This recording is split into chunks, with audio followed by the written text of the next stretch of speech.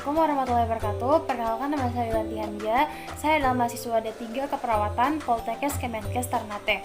Kali ini saya akan membahas mengenai pemeriksaan diagnostik pada anak dengan gangguan pemenuhan kebutuhan nutrisi yang di dalamnya mencakup dua. Yang pertama, pemeriksaan barium enema, dan yang kedua USG abdomen. Kita masuk pada SOP yang pertama, yaitu pemeriksaan barium enema.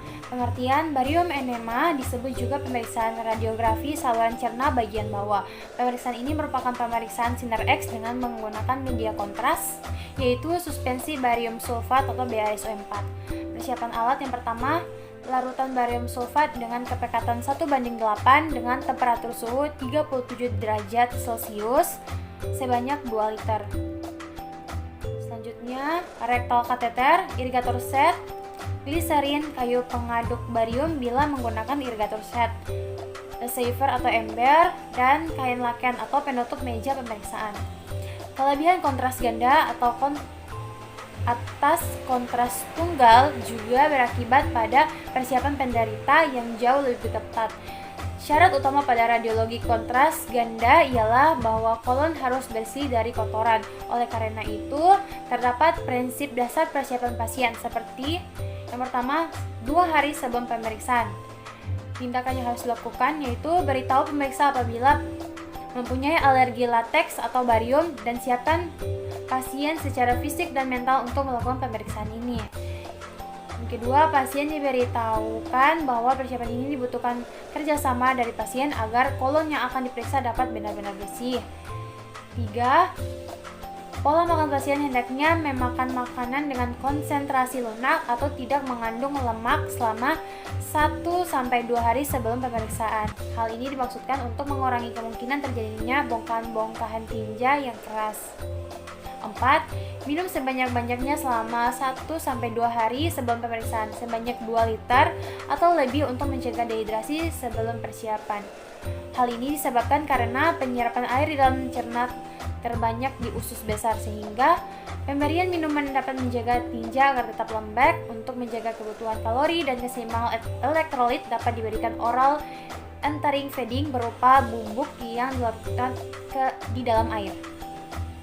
5. Pasien dengan hipomotilitas kolon lebih sulit untuk diperiksa karena kolon tidak bersih sempurna. Biasanya terjadi pada orang yang tirah baring lama, diabetes, skleroderma, dan orang yang menggunakan obat dengan efek samping antikolinergik.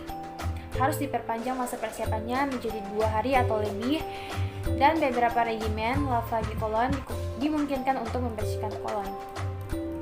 Selanjutnya, persiapan 1 hari sebelum pemeriksaan. Hal-hal yang perlu diperhatikan, yang pertama, lanjutkan diet yang sama dan hindari makanan yang berlemak. 2. Pada pukul 4 sore minum 1 gelas air putih. Pada pukul 5 sore minum magnesium citrat laksatif dengan dosis pada dewasa 300 ml, usia 9-12 150 ml, usia 6-8 60 ml, usia 5 tahun ke bawah tidak diberikan. Setelah ini akan terjadi diare selama 3-8 jam. Pada pukul 7 malam, orang dewasa harus mengonsumsi 3 tablet bisalciladil dan mengonsumsi diet cair hingga malam hari. Selanjutnya, pemberian pencahar tidak wajib dilakukan apabila pola makan dan minum dilakukan dengan benar. Pada beberapa keadaan seperti orang tua, rawat baring yang lama, dan sembelit kronis, pemberian pencahar harus diberikan. Pilihlah pencahar yang mempunyai sifat yang melembekkan tinja dan meningkatkan peristaltik usus. Selanjutnya, pada hari pemeriksaan, hal-hal yang perlu diperhatikan, yang pertama, tidak boleh makan atau minum apapun hingga pemeriksaan selesai, kecuali pemeriksaan dilakukan di atas jam 1 siang, maka boleh minum air putih saja. 2. Pemberian glukagon intravena dapat digunakan untuk menghambat peristaltik usus pada saat pemeriksaan dan juga untuk membedakan spasme kolon dengan lesi massa. Selanjutnya, sesaat sebelum pemeriksaan. Yang pertama, tugas radiologi akan menjelaskan prosedur yang akan dilakukan. Kedua, pasien diminta untuk menggunakan pakaian khusus yang tidak terdapat besi dan melepaskan segala perhiasan. 3. Bagi pasien wanita perlu ditanyakan apakah penderita sedang dalam keadaan hamil. 5. Pasca pemeriksaan. Pertama, pasien diberikan laksatif untuk mengeluarkan sisa barium dan efek samping dari barium adalah konstipasi. Kedua, pasien akan merasakan kram perut ringan sedang. Tiga, pasien dianjurkan banyak minum karena barium dapat menyebabkan dehidrasi. 4. 2-3 hari setelah pemesanan, 3 pasien akan terlihat putih atau keabu-abuan karena masih terdapat sisa-sisa barium di kolon. Masuk pada pemeriksaan USG abdomen.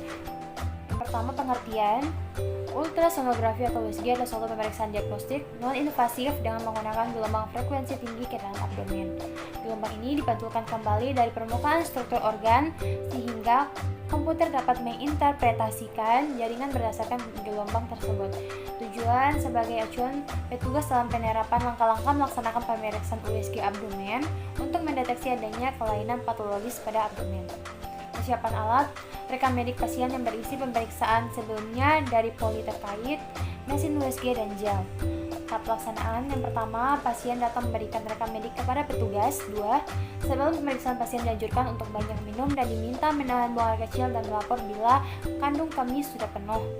3. Petugas mencatat data pasien di buku register. 4. Pasien melapor saat kandung kemih terasa penuh. 5. Mencuci tangan. 6. Membawa pasien ke tempat pemeriksaan bersama rekam medik. 7. Menjelaskan kepada pasien prosedur yang akan dilakukan. 8. Menjaga privasi klien sambil mengatur posisi klien berbaring pada tempat pemeriksaan dan mengolesi gel pada area permukaan kulit yang akan diperiksa. 10. Melakukan pemeriksaan USG. 11. Memberitahukan hasil pemeriksaan pada pasien. 12. Merapikan pasien, memberikan konseling sesuai dengan keluhan. Dan 13. Menganjurkan klien kembali ke poli yang merujuk. 14. Mencuci tangan.